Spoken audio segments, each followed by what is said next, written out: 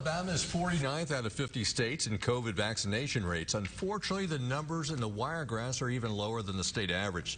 Now, there's a new study suggesting the possibility of a resurgence of cases. WDHN's Alex Valdez joins us live in the newsroom. Alex, I know we've heard a lot about it before, but we need to roll up our sleeves to get that vaccine. But I understand it's important to get that shot as soon as possible. Well, Mike, according to a new study done by Georgetown University, there are clusters across the U.S. with low vaccination rates and large populations. The expert I spoke with says Alabama, particularly the southeast part of our state, is one of these clusters, which is why he wants people who are scared, worried, or even question the vaccine to just get their shot.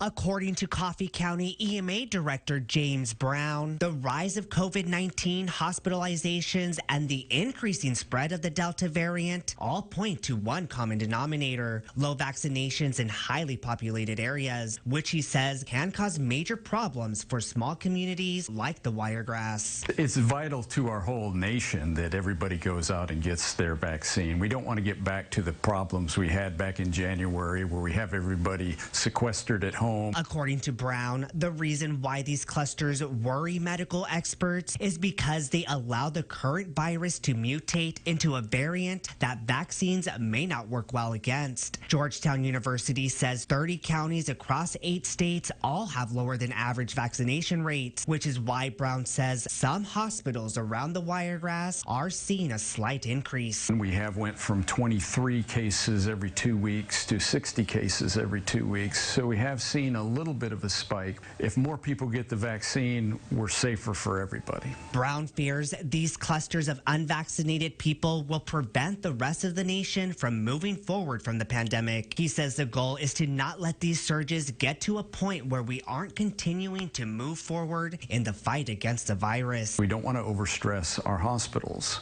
And so if we get to the points like we were back in January, the hospitals were severely stressed, and then we can't treat other things that happen on a daily basis, like heart attacks and strokes. Brown wants to remind the community of a couple of upcoming vaccination opportunities. There will be a clinic at Enterprise State Community College, followed by one at the Ozark Aviation Campus next week. He says anyone who hasn't been vaccinated is welcome to get their shot so they can do their part to help the whole community come out of the pandemic. Back to you guys.